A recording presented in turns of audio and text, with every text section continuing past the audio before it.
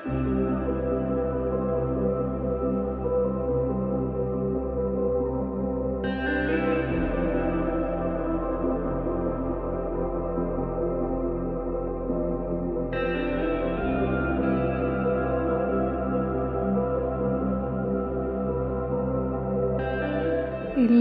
നമസ്കാരം. ഞാൻ വന്ദന. ഇന്ന് നമുക്ക് ഒരു കുറുക്ക് കാളൻ ഉണ്ടാക്കി നോക്കിയാലോ. കാളൻ പല സ്ഥലങ്ങളിലും പല രീതിയിലാണ് ഉണ്ടാക്കാറുള്ളത്. അപ്പോൾ ഇന്ന് നമുക്ക് വള്ളുവനാടൻ രീതിയിലുള്ള ഒരു കുറുക്ക് കാളൻ ഉണ്ടാക്കി നോക്കാം. കാളൻ എല്ലാവർക്കും ഇഷ്ടമാണല്ലോ അല്ലേ.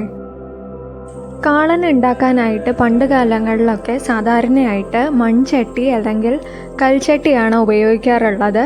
ഞാനിവിടെ ഒരു മൺചട്ടിയാണ് എടുക്കുന്നത്.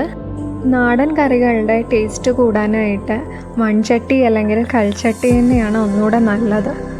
നമ്മൾ കാളൻ ഉണ്ടാക്കുന്നതിൻ്റെ അളവിനനുസരിച്ച് ഞാനിവിടെ ഒരു പച്ച ഏത്തക്കായും അതുപോലെ ഒരു ചെറിയ കഷ്ണം ചേനയും എടുത്തിട്ടുണ്ട്. കാളന് വേണ്ടി കഷ്ണം അരിയുന്ന സമയത്ത് പച്ച ഏത്തക്കായ നടുക് കീറി 1 ഇഞ്ച് കനത്തിലും അതുപോലെ ചേന കൊത്തിയാണ് അരിഞ്ഞിടേണ്ടത്.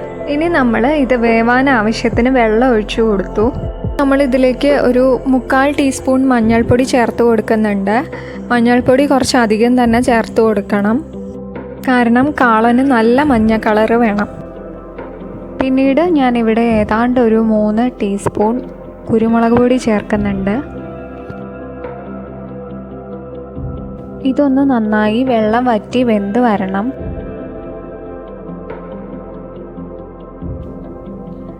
ഇപ്പോൾ ഏതാണ്ട് വെള്ളമൊക്കെ വറ്റി വേവാൻ തുടങ്ങിയിട്ടുണ്ട്. ഇനി നമുക്ക് ഇതിലേക്ക് ഉപ്പ് ചേർത്ത് കൊടുക്കണം. ചേന വേവാൻ താമസം വരരുതെന്ന് വെച്ചിട്ടാണ് ഉപ്പ് ആദ്യം ഇടാത്തത്.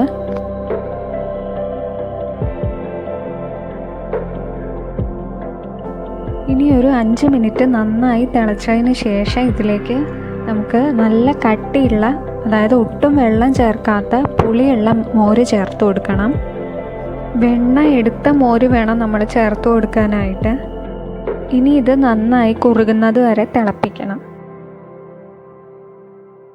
ഇത് നന്നായി കുറുകി വരുന്ന സമയത്ത് ഒരു 4-5 പട്ട കറിവേപ്പില തണ്ടോടെ ഇട്ട് കൊടുക്കണം. ഇനി നമ്മളിത് ചൂടാറാനായിട്ടാണ് വെക്കേണ്ടത്. സാധാരണ പിറ്റേ ദിവസമാണ് അരപ്പ് ചേർക്കേണ്ടത്. ഇനി അന്നേ ദിവസം ചേർത്താലും കുഴപ്പമില്ല. അരപ്പിനായിട്ട് ഞാനിവിടെ 1/2 തേങ്ങ, ജീരകം, 2 പച്ചമുളകാണ് എടുത്തിട്ടുള്ളത്. ഇത് നമ്മൾ അരയ്ക്കുന്ന സമയത്ത് നല്ല വെണ്ണ പോലെ അരയ്ക്കണം.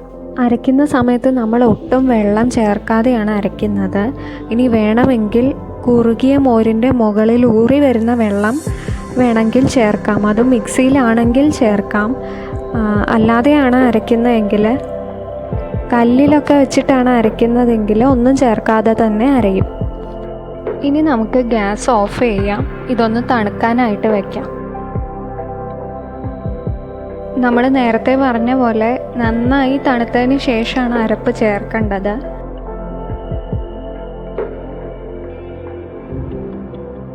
അരപ്പ് ചേർത്തതിന് ശേഷം ഇത് നന്നായി ഇളക്കി യോജിപ്പിക്കണം. ഇലയിൽ വിളമ്പി കഴിഞ്ഞാൽ കാളൻ്റെ വെള്ളം ചുറ്റും പരക്കരുതെന്നാണ് പറയാറ്.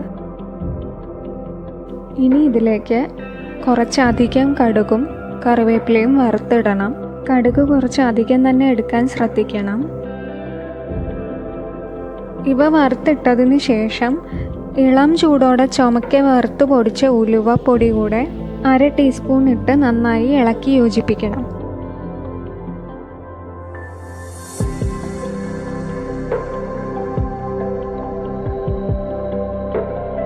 ഉലുവയുടെയൊക്കെ നല്ലൊരു മണമൊക്കെ വരുന്നുണ്ട്. അങ്ങനെ നമ്മുടെ കുറുക്ക് കാളൻ തയ്യാറായി. ഈ കുറുക്ക് കാളൻ തീർച്ചയായിട്ടും നിങ്ങളെല്ലാവരും ട്രൈ ചെയ്ത് നോക്കണേ. നിങ്ങൾ എൻ്റെ ചാനൽ ഇതുവരെ സബ്സ്ക്രൈബ് ചെയ്തിട്ടില്ലെങ്കിൽ സബ്സ്ക്രൈബ് ചെയ്യാൻ മറക്കരുതേ. അതുപോലെ വീഡിയോ ഇഷ്ടപ്പെട്ടെങ്കിൽ ലൈക്കും ചെയ്യണം. കൂടാതെ നിങ്ങളുടെ അഭിപ്രായങ്ങളും എന്നെ അറിയിക്കണം. അപ്പോൾ മറ്റൊരു വീഡിയോ ആയിട്ട് നമുക്ക് വീണ്ടും കാണാം. അതുവരേക്കും